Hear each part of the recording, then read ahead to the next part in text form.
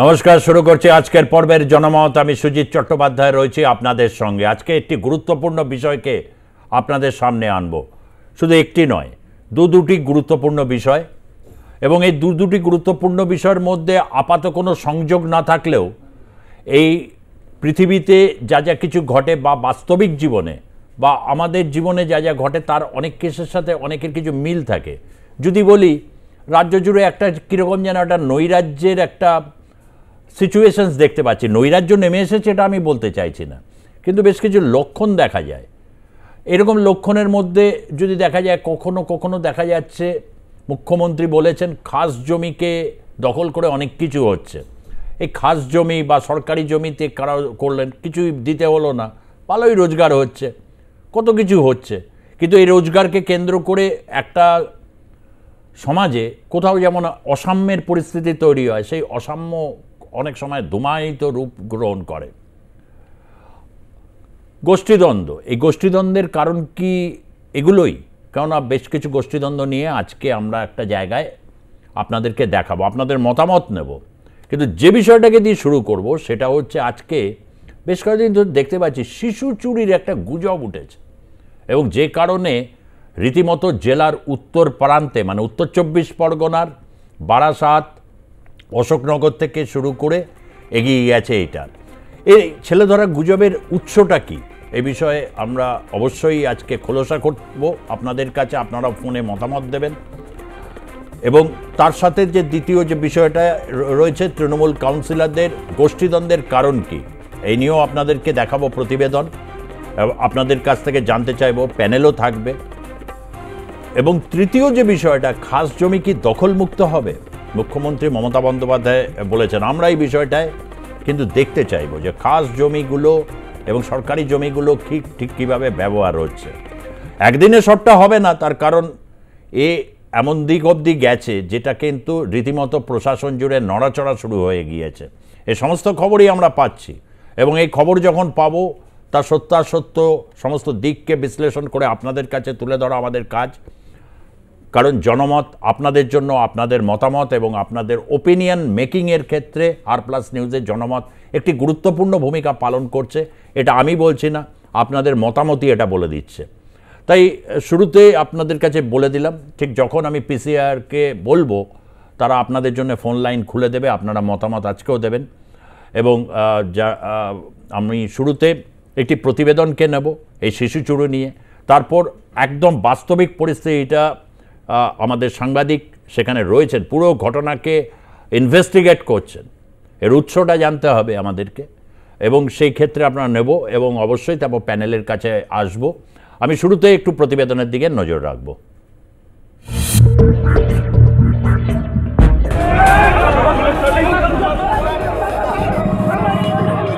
গত কয়েকদিন ধরে শিশু চুরির আতঙ্ক ছড়িয়েছে উত্তর 24 পরগনা, হাওড়া, হুগলির একাধিক জায়গায়। শিশুদের নিয়ে উদ্বেগে পরিবারের সদস্যরা। সতর্ক থাকতে বলছে স্কুলগুলিকেও। আর এই উদ্বেগের ফল কোথাও কোথাও সাংঘাতিক আকার ধারণ করছে। ফের ছেলে ধরা সন্দেহে এক তরুণীকে গণপিটুনির অভিযোগ উঠল উত্তর 24 পরগনার অশোকনগরে। দিন কয়েক আগে বারাসতে যে ছবি দেখা গিয়েছিল তারই পুনরাবৃত্তি হল অশোকনগরে। অশোকনগর শ্রীকৃষ্ণ গ্রাম পঞ্চায়েতের পুমলিয়ায় বেধড়ক মারধর করা হয় বছর 28-এর এক তরুণীকে। ওই তরুণীকে উদ্ধার করতে গিয়ে পুলিশ নিজেও আক্রান্ত হয়। স্থানীয় সূত্রের খবর, তরুণী ডায়মন্ড হারবার থানা এলাকার বাসিন্দা, সাইকেল নিয়ে ঘুরে বেড়ান নানান জায়গায়। শুক্রবার বিকেলে পুমলিয়ায় চলে আসেন ওই তরুণী। অচেনা মুখ দেখে এলাকার লোকেরা সন্দেহ করেন। এরপরই কয়েকশো মানুষ তাকে ঘিরে ধরে মারধর করতে শুরু করে। এই ঘটনায় 15 জনকে গ্রেপ্তার করে পুলিশ। শনিবার তাদের বারাসত আদালতে হাজির করানো হয়। মহিলাকে দীর্ঘক্ষণ আটকে রাখার অভিযোগ উঠল নদিয়ার চাকদার রাউতারি গার্লস স্কুল পাড়া এলাকায়। সূত্রে খবর, সম্প্রতি সোশ্যাল মিডিয়ায় শিশু চুরি নিয়ে গুজব রটে। এক মহিলার ছবি দিয়ে সোশ্যাল সাইটে একটি ছবি ভাইরাল করা হয়। শনিবার চাকদায় ওই মহিলাকে দেখতে পেয়ে তার ওপর চড়াও হন এলাকার বাসিন্দারা। দীর্ঘক্ষণ তাকে আটকে রাখেন তারা। খবর পেয়ে পুলিশ ঘটনাস্থলে পৌঁছলে পুলিশকে ঘিরেও বিক্ষোভ দেখান তারা। উত্তেজিত জনতার হাত থেকে ওই মহিলাকে উদ্ধার করে পুলিশ। যদিও তদন্ত করে ওই মহিলার কাছ থেকে কিছুই পাওয়া যায়নি। এসে দেখলাম বেঁধে রেখেছে, বলে বারাসাতে বাচ্চা চুরি করেছে, ফটোকে দেখে এখানে একই দিয়ে বেঁধে রেখেছে। সবাই বলছে ইনি নিজেও স্বীকার করেছে আমি বারাসাতে বাচ্চা চুরি করেছি, আমাদের কাছে। পুলিশ আসুক তারপরে ব্যবস্থা নেবে বলে পুলিশ আমার হাত দিয়েছে, 5 বার ধরেছে, 5 বার ছেড়ে দিয়েছে পুলিশ আমাদের হাতে। যাও পুলিশ আজকে ধরবে, 5 দিন পরে আবার ছেড়ে দেবে বলছে। হ্যাঁ, যে পুলিশ আসলো, এসে আমাদেরকে আরো জেরা করলো, করে নিয়ে ইনাকে নিয়ে চলে যাচ্ছিল। আমরা যেতে দিনই যাইনি বলে মেন্টাল পেশেন্ট, পাগল, আগে ডকুমেন্ট দেওয়া হবে, পাগল কিনা তবে ইনাকে ছাড়া। ছেলে ধরার গুজব ছড়ানোর পর থেকেই সোশ্যাল মিডিয়ায় গুজব রুখতে নজরদারি চালাচ্ছে পুলিশ, কিন্তু তাতেও কাজের কাজ কিছুই হচ্ছে না, থামছে না গুজব। উত্তর 24 পরগনা থেকে সত্যজিৎ চক্রবর্তী ও নদিয়া থেকে বিশ্বজিৎ দেবনাথের রিপোর্ট, আর+ নিউজ। পুলিশ যথাযথ ব্যবস্থা নিচ্ছে, সেই ছবি আমাদের কাছে এসছে এবং যথেষ্ট। কিন্তু গুজব যদি রটে যায় তাহলে অনেক মানুষ, অনেক সেলস ম্যান থাকে, সেলস গার্ল থাকে, অনেকে বিভিন্ন এলাকায় ঘোরাঘুরি করেন, যদি সন্দেহের বসে তাদেরকে ধরে মারধর দেওয়া হয় তাহলে এটা তো প্রথম কথা হচ্ছে অত্যন্ত বেআইনি। তার কারণ কড়া আইন রয়েছে। আমরা জানি যে এই ধরনের ঘটনা 2022-23-এ যখন পরপর গোটা দেশ জুড়ে হচ্ছিল, একটা কড়া আইন নিয়ে আসা হয়েছে। এই ধরনের মব লিঞ্চিং করা, কাউকে ধরে গণধোলাই দেওয়া, এগুলো হচ্ছে অত্যন্ত গর্হিত অপরাধ। কিন্তু প্রশ্নটা যাচ্ছে গুজবের হঠাৎ উৎসটা কি? কেন এই অশোকনগর হোক, বারাসাত হোক, তারপর হচ্ছে লাগোয়া নদিয়া জেলায় পাওয়া যাচ্ছে, হাওড়াতে, এটা তো সংক্রামকের মতো ছড়াবে। পুলিশকে দেখা গেল লিফলেটিংও করতে, যে এই ধরনের গুজবে কান না দেওয়াই ভালো।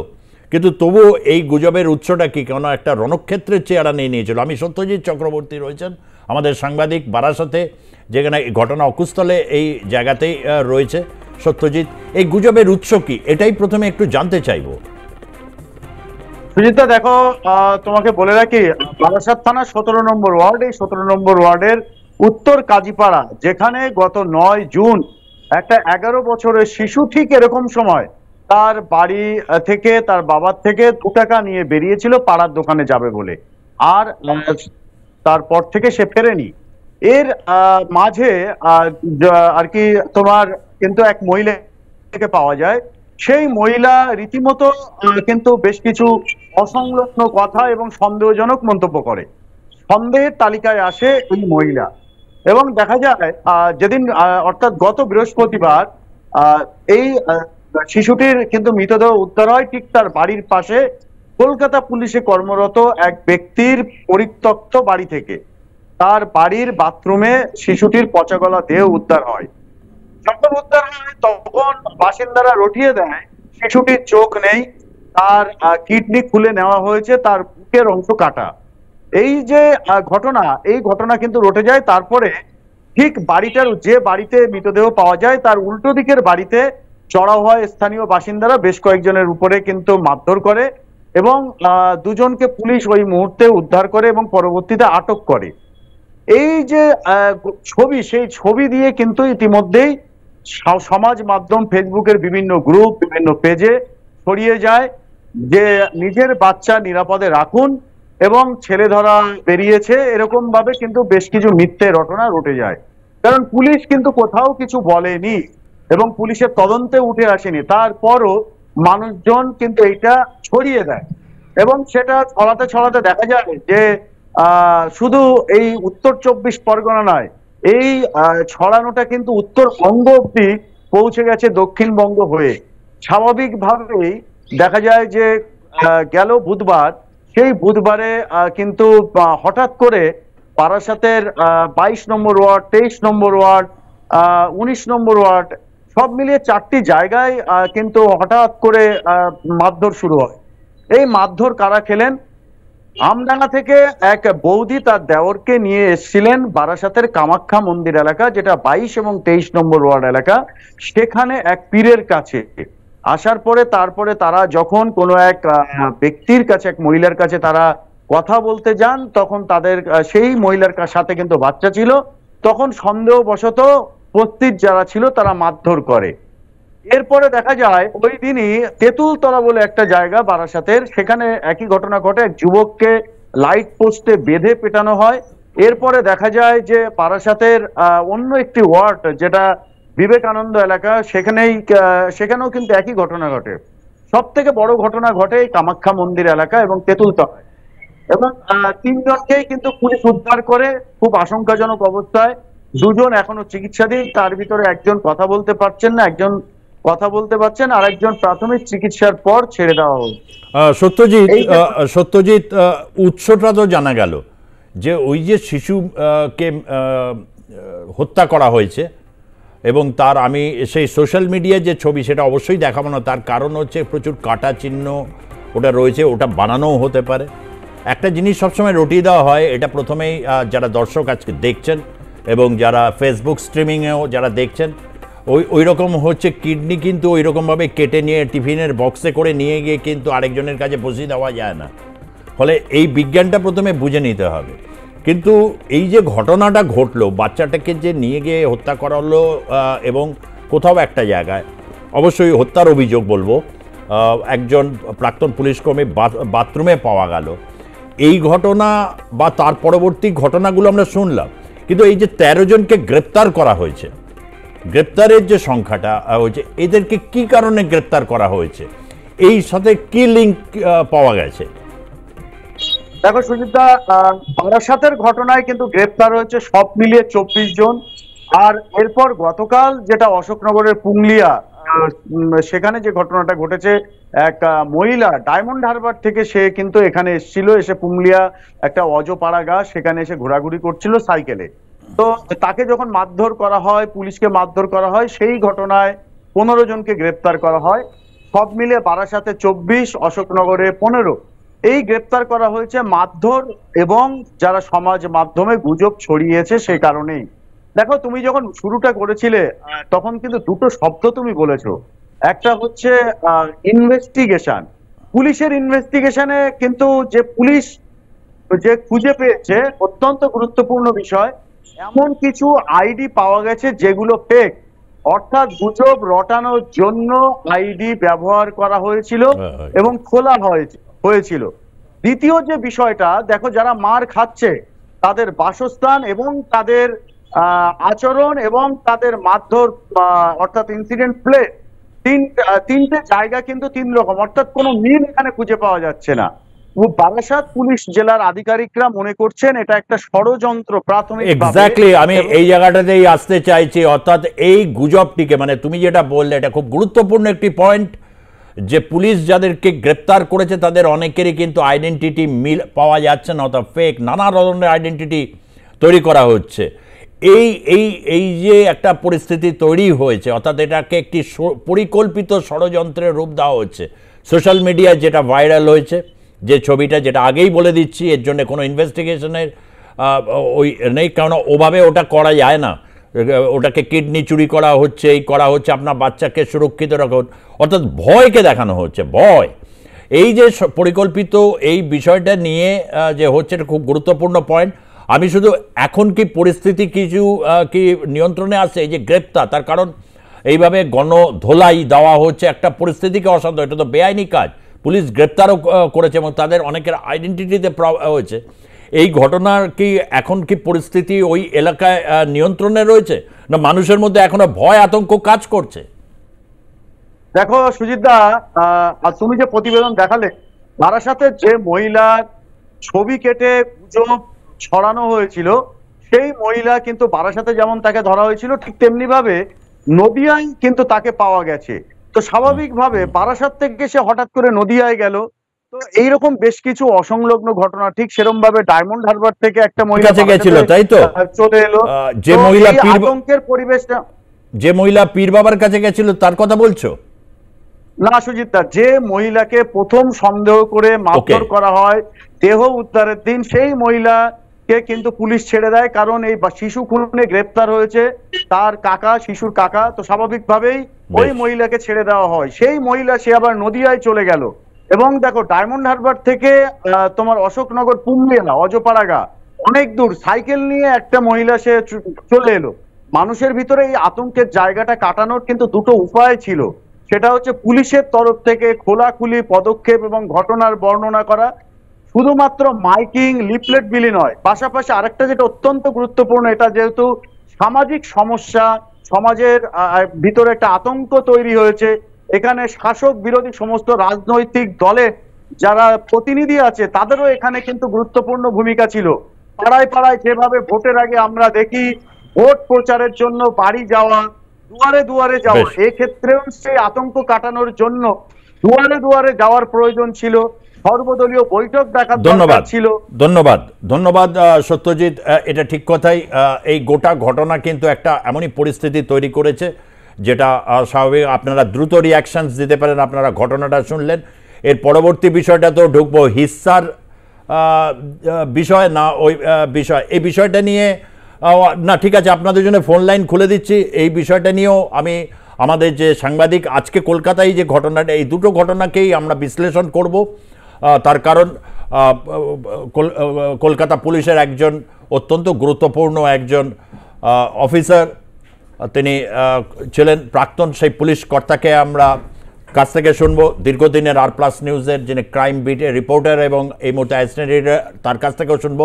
কিন্তু তার আগে একটি ঘটনা দেখাবো যেটি হচ্ছে একেবারে স্রেফ তৃণমূল কাউন্সিলরদের মধ্যে গোষ্ঠীদ্বন্দ্ব। এই ঘটনাটা আপনারা একটু দেখে নিন।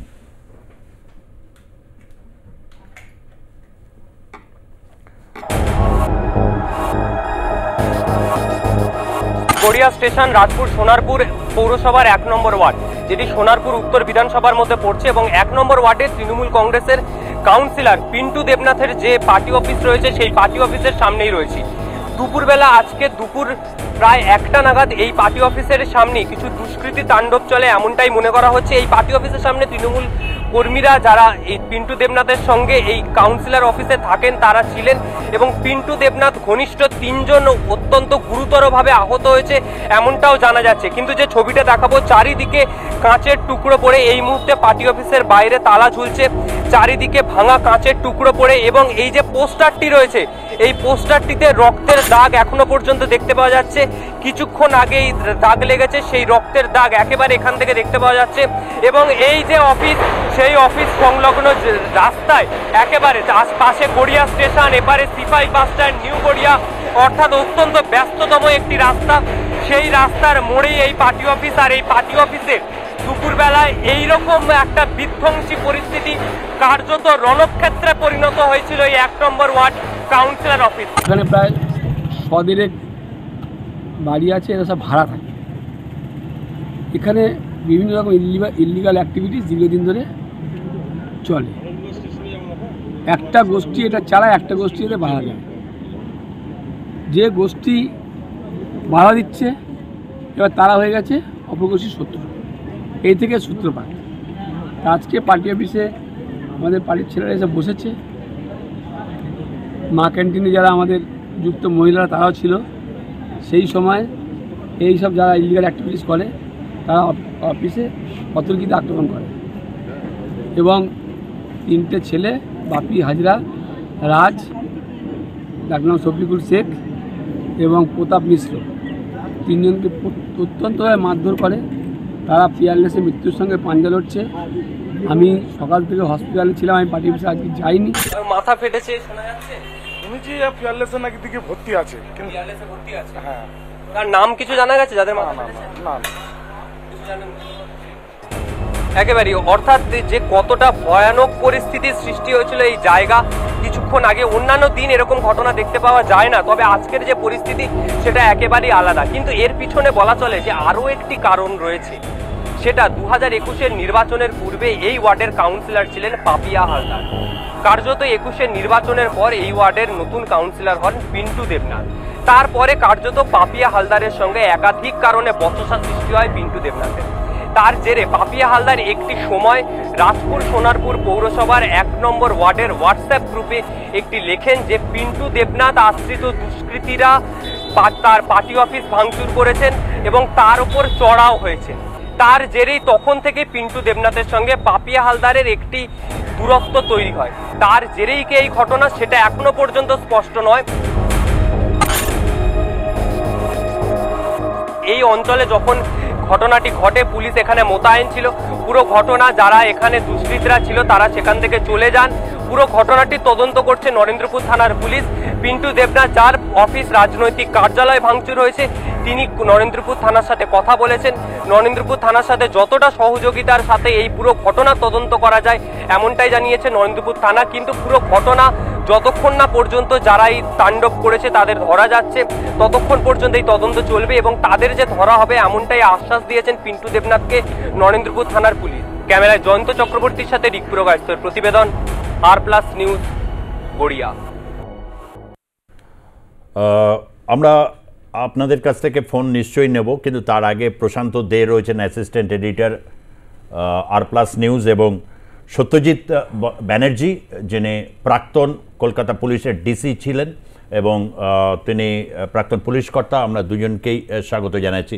আমি একটু, যেহেতু শুরুতে দুটো ইস্যু, কিন্তু দুটোর মধ্যে মিল না থাকলেও কোথাও একটা জায়গায় যে আইন নিজেদের হাতে তুলে নেওয়ার বা হচ্ছে কোথাও, এর একটু কারণটা আমরা যদি বিশ্লেষণ করি। প্রথমে যদি আসি এই যে বারাসাতের ঘটনা, যেটা কিন্তু অনেক দূর অবধি ছড়িয়েছে, তুমি পুরোটাই শুনলে যে ছেলে ধরা এবং একটি বাচ্চাকে হত্যা হয় সাসপেক্টেড, এবং এক প্রাক্তন পুলিশ কর্মীর বাথরুমে পচাগলা অবস্থায় তাকে পাওয়া যায়।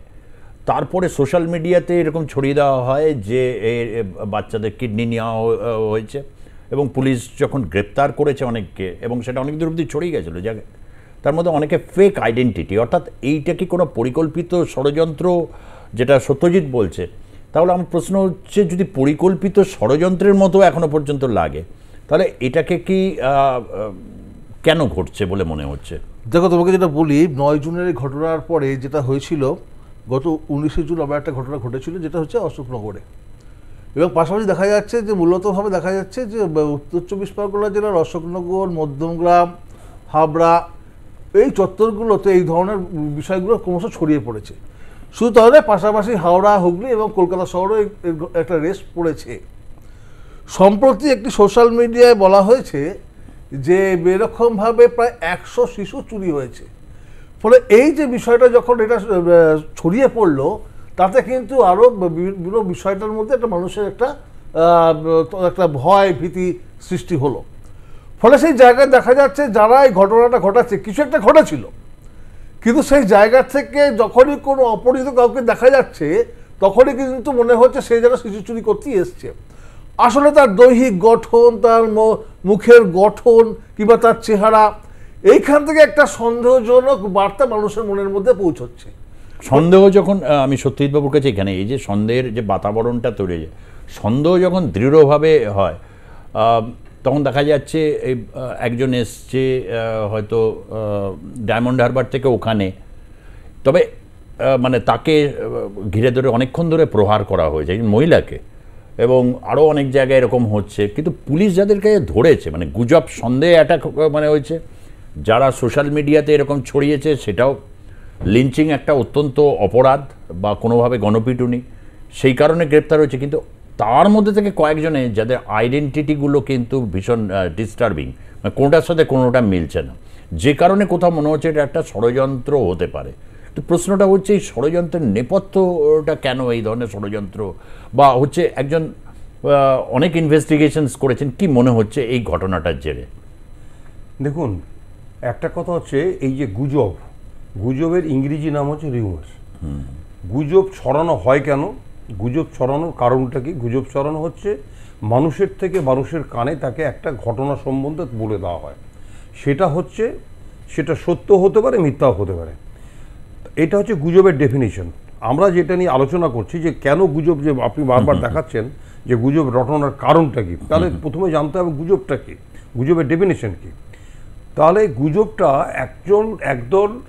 একদল মানে একজন নয়, কিন্তু একদল লোক তাদের স্বার্থ চরিতার্থ করার জন্য কোনো একটা সাবজেক্টের কোনো ঘটনাকে, সেইটার সম্বন্ধে তাদেরকে গুজবটা ছড়িয়ে দেওয়া হয়। এই স্বার্থটা কেন, সেটা হয়তো আপনি একদিন দুদিনে বুঝতে পারবেন না, আমরা এটা আলোচনা করেও বুঝতে পারবো না, যতক্ষণ পর্যন্ত টোটাল চক্রটা না ধরা পড়বে। এখন প্রশ্ন হচ্ছে, এই যে গুজব যেটা রটানো হয় সেই রটনাগুলোর সম্বন্ধে সাধারণ মানুষের কাছে কি বক্তব্য আছে? এখন সাধারণ আপনাদের চ্যানেলের মাধ্যমে যেটা বলা দরকার আছে যে যখন আপনারা কোনো গুজবের কথা শুনবেন কিংবা কোনো ঘটনা শুনবেন, আপনারা নিজের হাতে আইনটা তোলার কোনো এখতিয়ার আপনাদের নেই। আপনারা ঘটনাটা সাথে সাথে লোকাল পুলিশ স্টেশনে জানাতে পারেন, গ্রাম পঞ্চায়েতকে জানাতে পারেন, ওখানকার যারা শিক্ষিত জনগণ রয়েছেন অথরাইজড পার্সন তাদেরকে জানাতে পারেন, এবং আইনের মাধ্যমে যেটুকু হওয়ার হবে। হ্যাঁ, যদি কোনো আনঅথরাইজড লোক ঢুকে যেতে পারে এলাকার মধ্যে, কিন্তু ঢুকলে সেটা সেই যে ছেলে ধরা তার কোনো প্রমাণ, অকাট্য প্রমাণ আপনাদের কাছে নেই, আর অকাট্য প্রমাণ থাকলেও মারধর করার এখতিয়ার তা আপনাদের কাছে নেই। সুতরাং তাহলে কি করতে হবে? আপনাদের চ্যানেলের মাধ্যমে বলা দরকার আছে যে আপনারা যখনই শুনলেন যে এই ছেলেটা না, এই লোকটা না ছেলে ধরা, এই লোকটার মুখটা এরকম, মুখটার চেহারা এরকম, তা নয়। কিন্তু মানুষের বিকৃতি হতে পারে, মানুষের চেহারা খারাপ হতে পারে, মানুষের চেহারা ভালো হতে পারে, তার মানেই সে ছেলে ধরা কিংবা গুন্ডা বাহিনীর লোক তা নয়। সাথে সাথে আপনারা লোকাল পুলিশ স্টেশনকে জানান। আপনাদের কাছে যদি মনে হয় যে না, আপনাদের জানানোর মতন ক্ষমতা নেই, মানে যাওয়ার মতন সময় নেই, তাকে ধরে রেখে 100 ডায়ালে ফোন করুন 100, এবং সাথে সাথে 100 ডায়াল আপনাকে রেসপন্স দেবে। আরেকটা নতুন নাম্বার বলছি 112, এইটা নতুন ইন্ট্রোডিউস হয়েছে। এই 112টা অনেক শক্তিশালী, 100 যে জায়গায় 112 আসবে, এই 100 ডায়ালে ফোন করুন। 100 ডায়ালে ফোন করার সাথে সাথে পুলিশকে বলুন যে আমাদের মনে হচ্ছে একটা আননোন লোক কিংবা আননোন 2-3 জন লোক ঘোরাফেরা করছে কোনো অসৎ উদ্দেশ্যে। পুলিশ কিন্তু আসবে। আপনারা যদি মনে করেন যে পুলিশ আসতে দেরি হচ্ছে, হতে পারে পুলিশ আসতে দেরি হচ্ছে, ওখানকার যিনি পঞ্চায়েত প্রধান কিংবা যিনি আছেন, যদি গ্রামাঞ্চলে বারাসত কিংবা মধ্যমগ্রাম কিংবা যেই সব কথা বললো অশোকনগর, পঞ্চায়েত প্রধানের কাছে খবরটা দিন যে অমুক অমুক লোক এটা করছে, কিংবা একটা ক্লাবে নিয়ে বসান, মারধর নয়। এবং সাথে সাথে সেই জিনিসটা আমরা সাধারণ মানুষ নয়, পুরো ইনভেস্টিগেশন তদন্ত করে জানা হবে এই লোকটা সত্যি সত্যি কি কারণে এসেছিল। ওকে, আমি এটা থেকে যাব হচ্ছে প্রশান্ত এই টোটাল ঘটনা ট্র্যাক করছে, আমাদের সাংবাদিকরাও এই ঘটনা ট্র্যাক করছেন। তার কারণ হচ্ছে এই ধরনের ঘটনাগুলো যখন ঘটে একটা সমাজ জুড়ে কিন্তু একটা বেশ চাঞ্চল্য তৈরি হয়। সেই চাঞ্চল্যকে দেওয়ার জন্য পুলিশও যথেষ্ট তৎপরতার সাথে এগিয়েছে, কিন্তু এখনও পর্যন্ত যেটা সবচেয়ে বেশি চিন্তার বিষয় হচ্ছে কয়েকজনের আইডেন্টিটি কিন্তু দেখা যাচ্ছে ডিস্টার্বিং, মানে যেটাকে বলা যেতে পারে তাদের আইডেন্টিটি এক এক রকম। এটা ফোর্জ হতে পারে, ফেক হতে পারে। তাহলে নিঃসন্দেহে একটা পরিকল্পিত ষড়যন্ত্র চলছে, যেটাকে সত্যজিৎ বন্দ্যোপাধ্যায় তিনি বললেন এটা কিন্তু এত তাড়াতাড়ি না, আরও কিছুটা সময় লাগবে এর পেছনে পুরো গ্যাংটাকে যতক্ষণ না ন্যাপ করা যাচ্ছে। ইউনুস আলী রয়েছেন মুর্শিদাবাদ থেকে, জনমতে। হ্যাঁ বলুন আপনি। নমস্কার, আমি মুর্শিদাবাদ থেকে ইউনুস আলী বলছি। হ্যাঁ বলুন। এটা হচ্ছে যে এটা সহজ জীবনের একটা কালচার বা প্র্যাকটিস, অনেক কাল সময় ধরে আমরা এটাকে উপলব্ধি করছি। আমাদের আধুনিক সভ্যতার জীবনে যে বিচ্যুতি বা জ্ঞানের অভাব বা স্বল্পতা বা পিছিয়ে পড়া, এই জায়গাগুলো কিন্তু আমরা মানে মূল্যায়ন করতে পারি। কারণ এটা হচ্ছে মধ্যযুগীয় যে বর্বরতা, তার থেকেও ভয়ঙ্কর। তাহলে আমরা বাঙালি হিসাবে আমাদের সভ্যতা, আমাদের শিক্ষা, আমাদের রুচি, আমাদের বিজ্ঞান, এগুলো কোথায় গেল? আমরা লজ্জিত বোধ করছি বাঙালি হিসাবে। এই কাণ্ডগুলো যদি ঘটতে থাকে তাহলে বলতে হবে যে একটা অসভ্য সমাজ জীবন আমাদের নতুন করে আক্রান্ত করছে। ধন্যবাদ, ধন্যবাদ। সত্যি কথাই যে এরকম ঘটনাগুলো, যে গুজব, সন্দেহ, চেহারার গঠন দেখে, বা আমি সবচেয়ে বেশি সোশ্যাল মিডিয়াতে যখন এই ছবিগুলো দেখি, বারবার আপনাদের বলে দিচ্ছি, যারা এগুলো ছড়াচ্ছে, একজন একটা বাচ্চা, তার দেখলাম যে এতটা অবধি কাটা। প্রথম হচ্ছে কিডনির অবস্থানটা যে বানিয়েছে বা এই ছবিটা যে বানিয়েছে, এত নিশ্চিত করে বলছি সে জানেই না কিডনি কোথায়, তার অ্যানাটমি নিয়ে কোনো জ্ঞানই নেই। এমন একটা ভাব যেন কিডনিটা কচ করে কেটে দিয়ে টিফিন বাক্সে করে নিয়ে গিয়ে আরেকজনের কাছে গিয়ে কিডনিটাকে প্রতিস্থাপন করে দেওয়া হলো। এই ধরনের এই যে গুজব মঙ্গারিং, এটা কিন্তু এক ধরনের মধ্যযুগীয় বর্বরতার মতো। এত শক্তভাবে এটাকে অ্যাড্রেস করা উচিত। আমি এই ঘটনাগুলো যখন এরকম হচ্ছে, কয়েকজন এরকম প্রতিক্রিয়া দিচ্ছে, প্রশান্ত, যখন এটা ঘটছে আমরা দেখতে পাচ্ছি আবার অনেক জায়গায়, যেমন এটা আরেক জায়গায় দেখতে পাচ্ছি যারা এই কাজগুলোতে করবেন, কারণ সত্যজিৎ বললেন যে বিভিন্ন সদ্য ভোট পর্ব অতিক্রম করেছে, বিভিন্ন জায়গায় তারা এগিয়েছে মানুষকে এগুলো নিয়ে নিবৃত্ত করবে, তা না মানে কলকাতা কর্পোরেশনের দুটো ওয়ার্ডের দুজন মিলে মারামারি করছে। আজকে এমন অবস্থা রক্তপাত করে দিয়েছে, মানে দুই কাউন্সিলর মিলে, দুই কাউন্সিলর দুটো গোষ্ঠী, তার মধ্যে পিন্টু দেবনাথের অফিসের উপর চড়াও হয়েছে। কি মনে হচ্ছে এই একজন এসে আরেকজনের অফিসে চড়াও হচ্ছে, এটার পেছনেই বা এই যে গোষ্ঠীদ্বন্দ্ব বলেছে আসল কারণটা কি? একদম জমি দখলের লড়াই। সুজিত দা পরিষ্কার হিসেব, খাস জমি একদিকে মুখ্যমন্ত্রী যখন বলছেন যে খাস জমিগুলো কোথায় আছে, সরকারি জমিগুলো সেগুলোকে উদ্ধার করতে হবে, অন্যদিকে খাস জমির দখল, অন্যদিকে এলাকা দখল, প্রমোটারি রাজ তার দখল, ফলে সবটা মিলিয়ে একটা কিন্তু এটা চলছে, ফলে যার ফলে দুপক্ষের মধ্যে লড়াই হচ্ছে, কে কতটা ভাগ বেশি পেলো, কে কতটা ভাগ কম পেলো। ভাগের কারণ আমি শুনলাম এখানে যেটা প্রতিবেদন বা মানে ধরা যাক একজন কাউন্সিলর, সে ধরা যাক 3 নম্বর ওয়ার্ডের কাউন্সিলর, তাকে বেশ 3 নম্বরটা গুছিয়ে গাছিয়ে রেডি করেছে, তাকে আবার শিফট করে দেওয়া হলো অন্য জায়গায়, সেখানে আরেকজন নতুন কাউন্সিলর এলো, এবার সে ওটা এই কারণেও স্বার্থের মানে মানে মানে তৈরি হচ্ছে। কারণ এটা তো বলাই যেতেই পারে, কারণ আমি যখন যে জায়গার দায়িত্ব নেবো সেই জায়গাটা যখন আমি 5 বছর ধরে তৈরি করলাম, সুন্দরভাবে গুছিয়ে দিলাম, জনমানুষের মধ্যে একটা সুন্দর পরিস্থিতি আবহাওয়া তৈরি হলো, তারপর হঠাৎ আমাকে সরিয়ে দেওয়া হলো, সেখানে আরেকজনকে আনা হলো, ফলে একটা তো রোষ থাকবেই, এবং পাশাপাশি দেখা যাচ্ছে যে তার একটা দখলের একটা ব্যাপার থাকবে, এর ফলে যেই জায়গা থেকে এই সমস্যাগুলো তৈরি হচ্ছে এবং এলাকা দখলের লড়াইতে একটা রয়েছে। আমি এই বিষয়ে সত্যজিৎ বাবুর কাছে আসার আগে জনমতে আরও একজন যোগদান করেছেন, দাইহাট থেকে সুশীল চৌধুরী। হ্যাঁ সুশীল বাবু বলুন। নমস্কার, আমি দাইহাট থেকে সুজয় চৌধুরী বলছি। সুজয় চৌধুরী, হ্যাঁ দেখুন, এই যে গোষ্ঠীদ্বন্দ্ব, এই গোষ্ঠীদ্বন্দ্বটা মানে একটা নেতার মানে মন্ত্রী, সভাপতি, মানে বিভিন্ন নেতা কিছু মানুষকে মানে সুযোগ সুবিধা দিয়ে মানে কি বলবো যে একটা গোষ্ঠী তৈরি করে দিচ্ছে। তাতে হচ্ছে কি আমাদের যে মানে অঞ্চলগুলো আছে সেই অঞ্চলগুলো দুটো গোষ্ঠীর মধ্যে ভাগ হয়ে যাচ্ছে, এবং সেই গোষ্ঠীগুলোর মধ্যে কিছু লোক দুর্নীতিপরায়ণ আছে, কিছু লোক সৎ আছে। এবার দুর্নীতি এবং সৎ এই দুটো মিলিয়ে লড়াই হচ্ছে, এবং দুর্নীতিপরায়ণটা জিতে যাচ্ছে এবং সৎগুলো আস্তে আস্তে কমে যাচ্ছে, কোনটা হয়ে যাচ্ছে বুঝতে পেরেছি। ধন্যবাদ। আমি একটু গড়িয়া যে অ্যাটাক, যে ভিজুয়ালস, সেটা একটু বলবো যে দেখাতে, মানে এই যে ঘটনার ভয়াবহতা, মানে খাস কলকাতায় দুটি মানে কাউন্সিলর একে অপরের বিরুদ্ধে দোষারোপ করছেন। এই যে সুজয় চৌধুরী বলেন দাইহাট থেকে, গোষ্ঠীদ্বন্দ্বের মধ্যে দেখা যাচ্ছে যে গোষ্ঠী তো বিভিন্ন পারস্পরিক আছে, সৎ অসৎ, কিন্তু একটা জায়গায় পরিষ্কার হয়ে যাচ্ছে যে যারা সে অর্থে সৎ তারা কোণঠাসা হচ্ছে, তারা গেড়ে বসছে।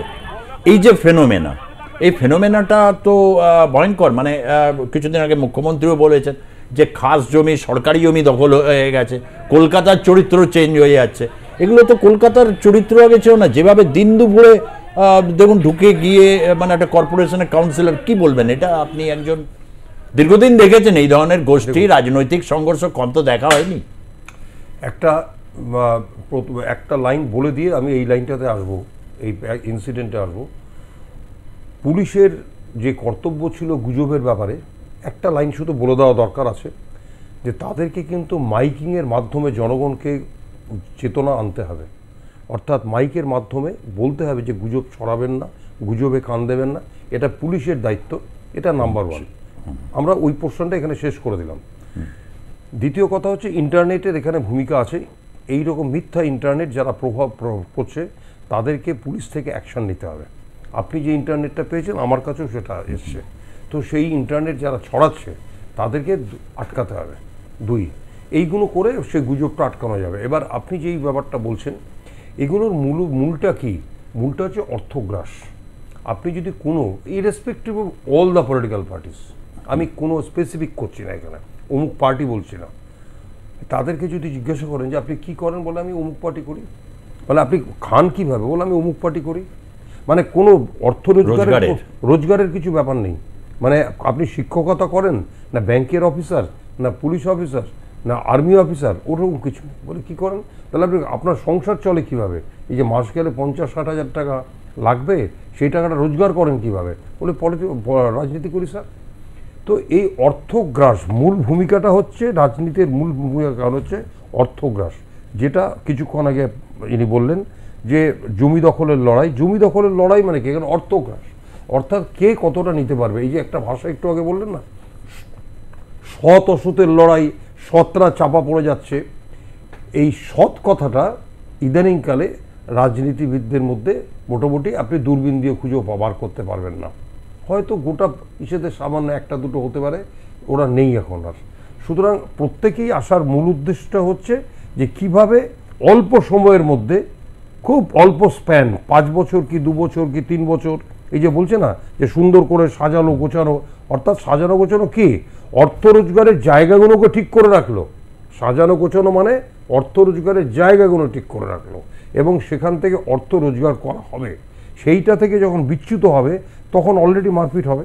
আমি অর্থ রোজগারের এই জায়গাটায় অবশ্যই আসবো, যে সাম্প্রতিক সময় অর্থ রোজগারের বা এই যে প্রভুত্ব খাটানোর জায়গাটা সম্পর্কে স্বয়ং মুখ্যমন্ত্রী তিনি একটা জায়গায় খুব কড়াভাবে ইঙ্গিত করেছেন। কিন্তু ইঙ্গিত করলেই তো হবে না, এটাকে জায়গা থেকে নিয়ে আসছে এটা কিন্তু বেশ কঠিন এবং শক্ত কাজ আগামী সময়ে হতে চলেছে, যেটা ইতিমধ্যেই কিন্তু অ্যান্টিসিপেট করা যায়। আমার অনুমান ভুল হলে অবশ্যই আমি সত্যজিৎ বাবুর কাছে এটা আমি জানতে যাব, কিন্তু তার আগে একটু যাব। পার্থ ভার্মা রয়েছেন, সেখানে রয়েছেন বিশিষ্ট সমাজকর্মী পার্থ ভার্মার কাছে আমি একটু আসব। পার্থবাবু, এই যে ঘটনাটি ঘটছে, আপনি যে জায়গাটায় রয়েছেন দক্ষিণদারি, আমরা জানি যে আপনি খুব সুন্দরভাবে অর্গানাইজ করেন, আপনার পুজো এশিয়ান পেন্টস জয়লাভ করে। এই সমস্ত কিছু ঘটনার জায়গা থেকে একটা কথা আপনার কাছ থেকে একটু জানতে চাইব। একটু দূরেই অদূরেই প্রথমে একটা ঘটনা হচ্ছে, এই যে শিশু চুরি বা বিভিন্ন কিছু গুজব রয়েছে, অনেককে গ্রেপ্তার করা হচ্ছে, হঠাৎ করে এটা স্প্রেড করছে, এই যে স্প্রেড করছে, এই জায়গাটা সম্পর্কে আপনি কি বলবেন?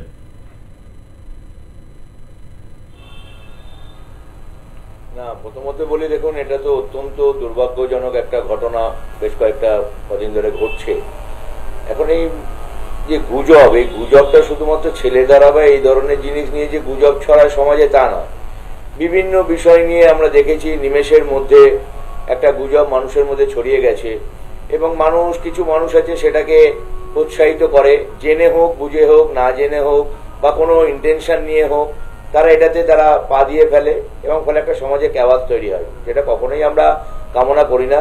প্রশাসন নিশ্চিতভাবে তার দায়িত্ব ভূমিকা পালন করছে। মানুষকেও আমি অনুরোধ করব যে এইভাবে হুট করে, আর এখন সোশ্যাল মিডিয়ার যুগ, প্রত্যেকের হাতে একটা করে অ্যান্ড্রয়েড মোবাইল ফোন থাকছে, হোয়াটসঅ্যাপ ফেসবুকে এমন এমন জিনিস চলে আছে যার কোনো আসল বাস্তবতা নেই। এটা কিন্তু মানুষও জানে যে আমার ওই যন্ত্রটার মধ্যে যা কিছু আসে সেটা যে সবটা বিশ্বাসযোগ্য নয়, সেটা বারংবার তারা নিজেরাও দেখে, কিন্তু তারপরেও অদ্ভুতভাবে দেখা যায় এই ধরনের সেন্সিটিভ জিনিসগুলোতে মানুষ খুব তাড়াতাড়ি রিয়াক্ট করে ফেলে।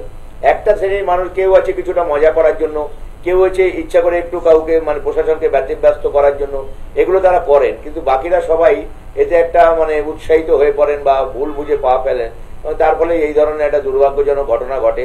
আমার মনে হয় প্রশাসন যে কাজ করছে নিশ্চিতভাবে তাদেরকে সহযোগিতা করা উচিত, এবং প্রশাসনকেও আমি অনুরোধ করবো যে অত্যন্ত দৃঢ়তার সঙ্গে যারা এই ধরনের গুজবটা একেবারে স্টার্টিং লেভেলে ছড়াচ্ছে বা মানুষকে বিভ্রান্ত করছে, তাদের বিরুদ্ধে যদি বেশ কিছু কড়া পদক্ষেপ নেওয়া যায়, দৃষ্টান্তমূলক শাস্তি যদি নেওয়া যায়, তাহলে কিন্তু আস্তে আস্তে মানুষ দেখবেন যারা খুব সহজে এগুলো দ্বারা প্রভাবিত হয় তারা নিশ্চিতভাবে রেস্ট্রিক্ট হবে, এবং এই ধরনের ঘটনা আস্তে আস্তে আমরা নির্মূল করতে পারবো। পার্থবাবু, এই যে জায়গাটা ধরুন আপনার এই যে বিস্তীর্ণ দক্ষিণদারি থেকে শুরু করে যদি বারাসাত বা উত্তর 24 পরগনার এই জায়গাগুলো অত্যন্ত বিভিন্ন ভাষাভাষী, বিভিন্ন ধর্ম সম্প্রদায়ের মানুষ রয়েছে, সদ্য সমাপ্ত নির্বাচন অতিক্রান্ত হয়েছে, এইরকম একটা পরিস্থিতিতে হঠাৎ করে এই ঘটনা, একটা শিশুকে কেন্দ্র তাকে বলা যেতে পারে হত্যাই করা হয়েছে, তাকে কেন্দ্র করে এই যে একটা ওয়াইল্ড কার্ড স্প্রেড করলো, এর পেছনে কি কোনো গভীর কোনো ষড়যন্ত্র কাজ করছে বলে আপনি মনে করছেন?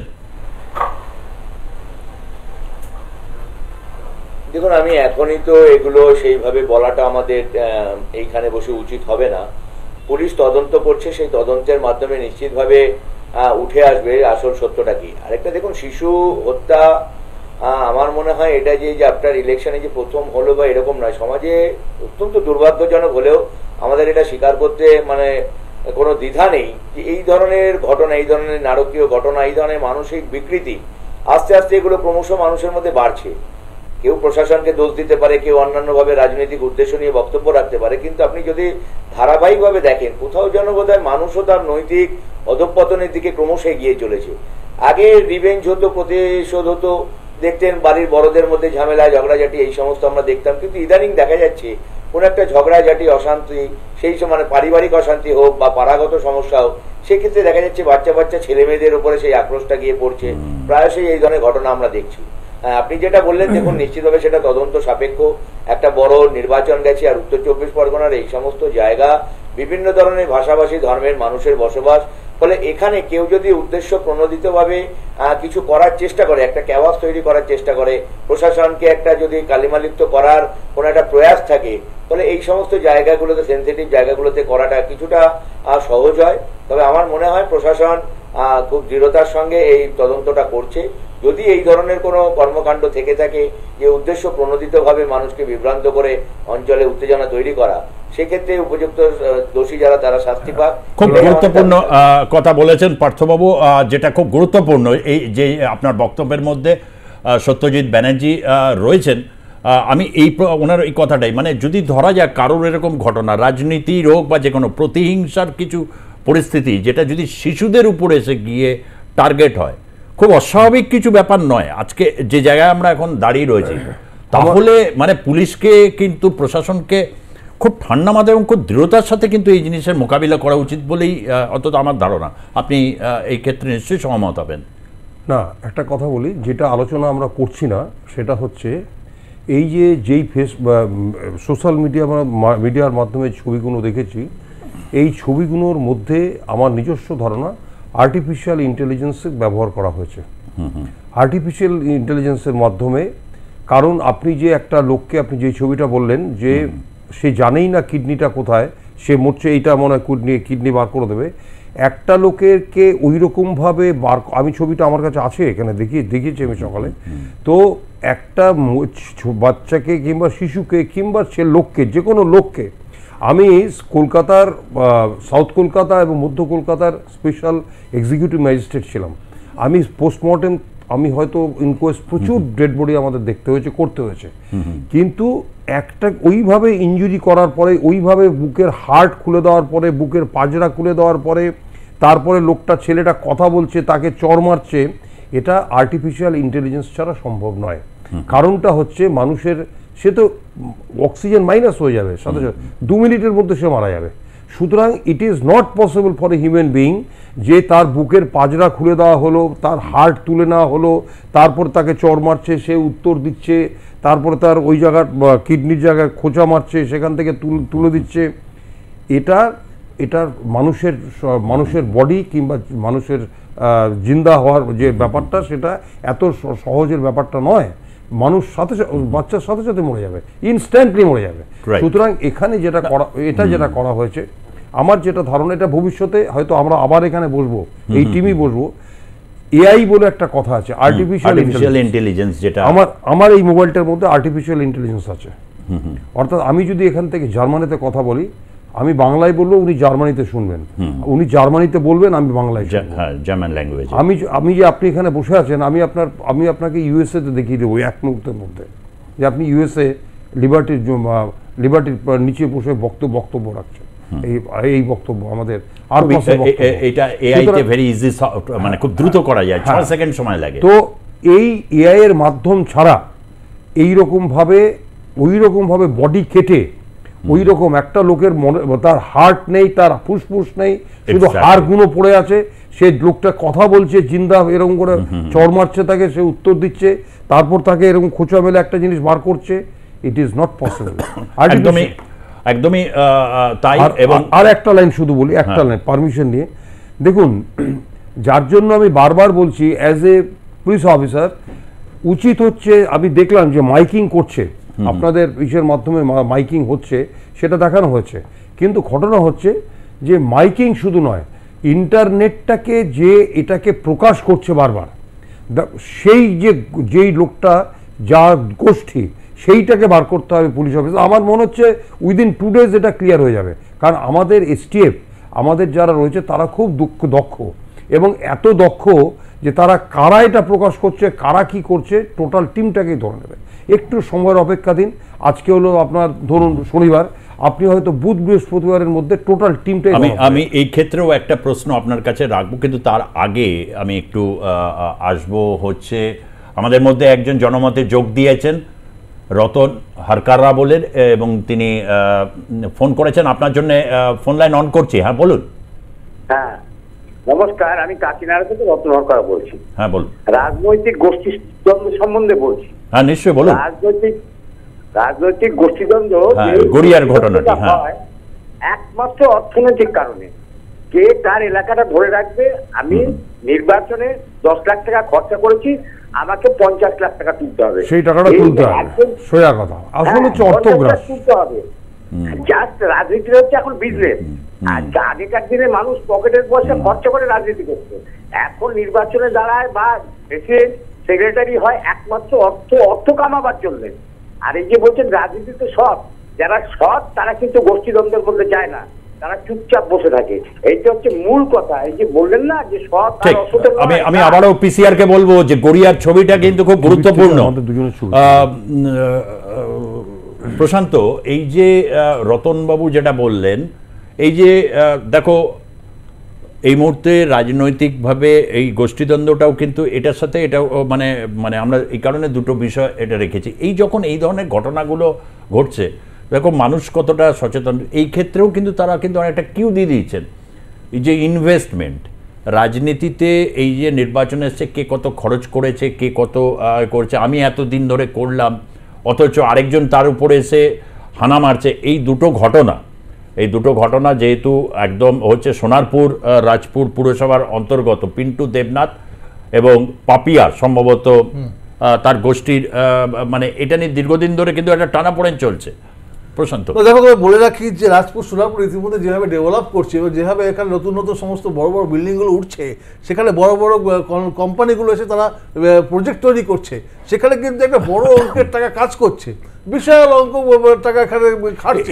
এর মধ্যে কি অনেক খাস জমি ও সরকারি খাস জমি উঠে গেছে? একটু দেখতে হবে ওখানে যে খালটা আছে, খালটার দিয়ে যে বিল্ডিংগুলো তৈরি হচ্ছে সেখানে কোথাও খাস জমি আছে কি না সেটা একটু খুঁজে দেখতে হবে, কারণ এখানে কিন্তু একটা রেশারেশির ব্যাপার এই জায়গা থেকেই আসছে। ফলে সেই জায়গা থেকে বলা যেতে পারে যে অন্ততপক্ষে যে যারা এই ঘটনাগুলো ঘটাচ্ছেন তারা কিন্তু তাদের অর্থলুলু, অর্থাৎ তাদের যে অনেকটা অর্থের ক্ষতি হয়ে যাচ্ছে তারা সেটা বুঝতে পারছেন। ফলে সেটাকে আটকাতে গেলে এই ধরনের অ্যাকশন না করলে হয়তো হবে না। আমি এখানে একটা লাস্ট প্রশ্ন এটা রাখছি, কেমন হচ্ছে সময় একদম আমরা কোনো বিরতি নিইনি, টানা আজকে গেছি। তবু আমি পিসিআর এর কাছ থেকে সত্যজিৎ বাবু একজন সম্মানীয় ব্যক্তিত্ব, তার জন্য 3 মিনিট সময় একটু চেয়ে নেব। সত্যজিৎ বাবু, এই যে খাস জমি নিয়ে বা বিভিন্ন জায়গায় সোনারপুর এইসব জায়গাগুলো, কেন শহরে যেগুলো হয়ে গেছে সে তো একরকম হয়ে গেছে, ওই সব জায়গাগুলোতে বা আরও কিছু কিছু জায়গা হয়তো আগামী দিনে এই ধরনের সংবাদ পাবো। এই ক্ষেত্রে পুলিশের এডিজির নেতৃত্বে ভবানী ভবনে বৈঠক হয়েছে। পুলিশ কি এই ধরনের ঘটনা, কারণ দেখুন অনেক রকম স্বার্থ পলিটিক্যাল ইকুয়েশনস জড়িয়ে থাকে, তো এই জায়গাটাকে পুলিশ খুব পেনিট্রেট করতে পারবে, পারলে কতটা পড়তে পারবে বলে একটা আগাম পূর্বাভাস চাইছে। আপনারা শুধু সোনারপুর রাজপুর কেন বলছেন? কসবা বাদ দিয়ে দিলেন, চকিরপুর কসবাটাকে বাদ দিয়ে দিলেন, কসবা বাদ দিয়ে দিলেন কেন? ওটা তো বড় হয়েছে। তো ব্যাপারটা হচ্ছে যে আর সবই কিন্তু এই যে বলছেন না সবই এডিজির নেতৃত্বে পুলিশ করবে, এটা পুলিশের ব্যাপার নয়। খাস জমি উদ্ধার করা, কোনো কিছু উদ্ধার করা সব ব্যাপারে শুধু পুলিশ করবে এডিজি করবে ওরকম নয়। এটার আসল হচ্ছে বিএলআরও, এডিএম জুডিশিয়াল, ওখানেও বলছেন BLRO, ADM judicial, additional district ম্যাজিস্ট্রেটের নেতৃত্বে সব হবে। পুলিশ সব ব্যাপারেই পুলিশ নয়। জল খেতে পারলো না কেন, পুলিশ জল দিল না তা নয়। ব্যাপারটা হচ্ছে পুলিশ নয়, পুলিশ বাদ দিয়েও তাহলে তো মিনিস্ট্রি আছে, পুলিশ বাদ দিয়ে তো সেক্টর আছে, তার প্রিন্সিপাল সেক্রেটারি আছেন, তার ব্যাপারে আইএস অফিসাররা রয়েছেন, they will be responsible for that. খাস জমি কোনটা নয় ওটা পুলিশ বার করবে না, নাম্বার 1। প্রথম। দ্বিতীয় কথা, আরেকটা কথা হচ্ছে যে এই খাস জমি কিভাবে উদ্ধার হবে না হবে এটা পুলিশও ঠিকঠাক করবে না, এটা ঠিক করবে সরকারি দল এবং রাজনৈতিক নেতৃত্ব এবং সরকার যারা শাসক দল তারা রয়েছেন, তারা আদৌ করবে কি করবে না, এটা একটা সংবাদ ভাসিয়ে দেওয়া হলো কি হলো না, কিংবা আদৌ করার ইচ্ছা আছে কি নেই, সেটা পরের প্রশ্ন, আপনারা ভবিষ্যতে এটা দেখতে পাবেন। কিন্তু সব ব্যাপারেই পুলিশ নয়, ব্যাপারটা হচ্ছে যে ডিপার্টমেন্ট আছে না। তাহলে কি আপনি বলছেন যে বিএলআরও বা এত কিছু ঘটনা যখন মুখ্যমন্ত্রী মানে এটা তো সারফেস, তাহলে এই ক্ষেত্রে আগামী দিনে বিএলআরও বা এরা কি এগোবে? এখানে একটা বড় রকমের ওখানে জমি হস্তান্তর নিয়ে, এবং বিশেষ করে যে যে অঞ্চলগুলো এখানেতে দেখা গেছে বেআইনি নির্মাণ থেকে শুরু করে নানা বিষয়ে কিন্তু দ্বন্দ্বটা তৈরি হয়েছে। হ্যাঁ, এটা একদিনে হয়নি, এটা হয়েছে দীর্ঘদিন, মানে যেই ছোট করে দীর্ঘদিনে এটা উত্তর হয়েছে, মানে এটা গত হয়তো 25-30 বছর ধরে চলছে। সুতরাং এটার ফল আমরা আস্তে আস্তে পাচ্ছি। এটা যদি কন্ট্রোল না করা যায়, ভবিষ্যৎ অবস্থা আরো সিরিয়াস হবে। মানে যেটা বলেছেন ভবিষ্যৎ অবস্থা সিরিয়াস বলতে কলকাতা বা পশ্চিমবঙ্গে বা লাগোয়া চরিত্রটাই অনেক বদলে যাবে। ডেমোগ্রাফি পাল্টে যাবে, পপুলেশন ডেমোগ্রাফি, কোথায় কোন রেশিও কারা বাস করবে, ডেমোগ্রাফি পাল্টে যাবে। ডেমোগ্রাফি পাল্টে যাওয়া মানে হচ্ছে একটা সংস্কৃতি চেঞ্জ হয়ে যাওয়া। আস্তে আস্তে কিন্তু এই বিষয়গুলো নিয়ে মানুষ কিন্তু বলছেন, এই বলেছেন, এবং আমরাও কিন্তু দেখতে পাচ্ছি যে এই যে ঘটনাগুলো ঘটছে, এই যে ঘটনাগুলো সারফেসে গভীরে কিন্তু আমরা ঢুকছি বিভিন্ন জায়গায় জায়গায়, আমাদের সাংবাদিকরা ইনভেস্টিগেশনস তারা করছেন। আমরা এই বিষয়ে আপনাদের কাছেও ফোন লাইনে জনমত যেহেতু অনুষ্ঠানের নাম, আমরা আপনাদের কাছে ফোন লাইনে মতামত দেবো। আজকে অনেকেই চেষ্টা করেছেন, কিন্তু আমরা এটা যেহেতু ডিকোড করার প্রচেষ্টায় ছিলাম, সেই কারণে সবার ফোন নিতে পারিনি। তবু যারা ফোন করেছেন এবং যারা ফেসবুকে কমেন্ট করেছেন তাদের প্রত্যেককে ধন্যবাদ জানিয়ে, প্রশান্ত দে তাকে ধন্যবাদ জানাচ্ছি, সত্যজিৎ বন্দ্যোপাধ্যায় আপনাকেও ধন্যবাদ জানিয়ে আজকের মতো শেষ করছি। জনমত দেখতে থাকুন আর প্লাস নিউজ, সবার আগে সবার পাশে। ধন্যবাদ, নমস্কার।